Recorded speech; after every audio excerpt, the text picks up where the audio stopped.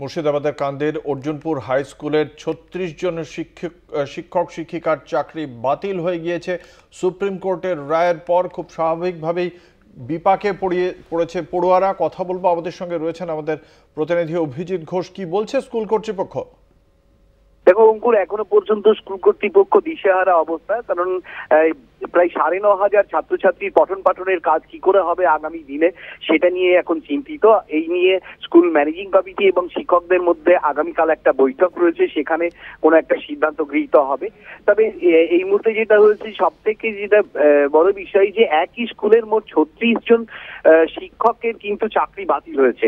ফলে মোট ৬৭ জন শিক্ষক ছিলেন ওই স্কুলে, তার মধ্যে ৩৬ জনের চাকরি বাতিল হওয়ার পর মাত্র ৩১ জন শিক্ষককে কিন্তু এই তোমার ক্লাস নিতে হবে বা পঠন পাঠনের কাজ করতে হবে, এবং সামনে ইউনিট টেস্ট রয়েছে, সেই ইউনিট টেস্ট নেওয়া এবং খাতা চেক করা সমস্ত কিছু করতে হবে ৩১ জন শিক্ষককে। সেটা কিন্তু প্রায় অসম্ভব হয়ে পড়বে শিক্ষকদের ক্ষেত্রে।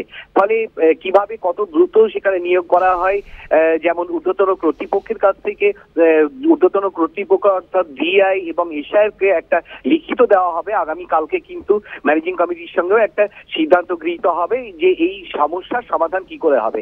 তবে সব থেকে বড় সমস্যা যে স্কুলে দেখা দিয়েছে এখন, ৩৬ জন যে শিক্ষককে চাকরি বাতিল হয়েছে, তার মধ্যে ইতিহাস বা হিস্ট্রি সাবজেক্টের কোনো শিক্ষকই কিন্তু ওই স্কুলে আর থাকলো না। এইটা কিন্তু একটা বড় সমস্যা হয়ে দাঁড়িয়েছে যে বিভিন্ন বিষয়ের শিক্ষকেরই চাকরি বাতিল হয়েছে। তবে যেহেতু ইতিহাসের শিক্ষকের সংখ্যা কম ছিল এবং যে ৩ জন শিক্ষক ছিল ইতিহাসে, ৩ জনেরই চাকরি বাতিল হয়েছে। ফলে প্রায় ৯,৫০০ ছেলে মেয়ে যে স্কুলে পঠন পাঠনের ব্যবস্থা রয়েছে অর্জুনপুর হাই স্কুলে, সেখানে কিন্তু কোনো ইতিহাসের শিক্ষক থাকলো না।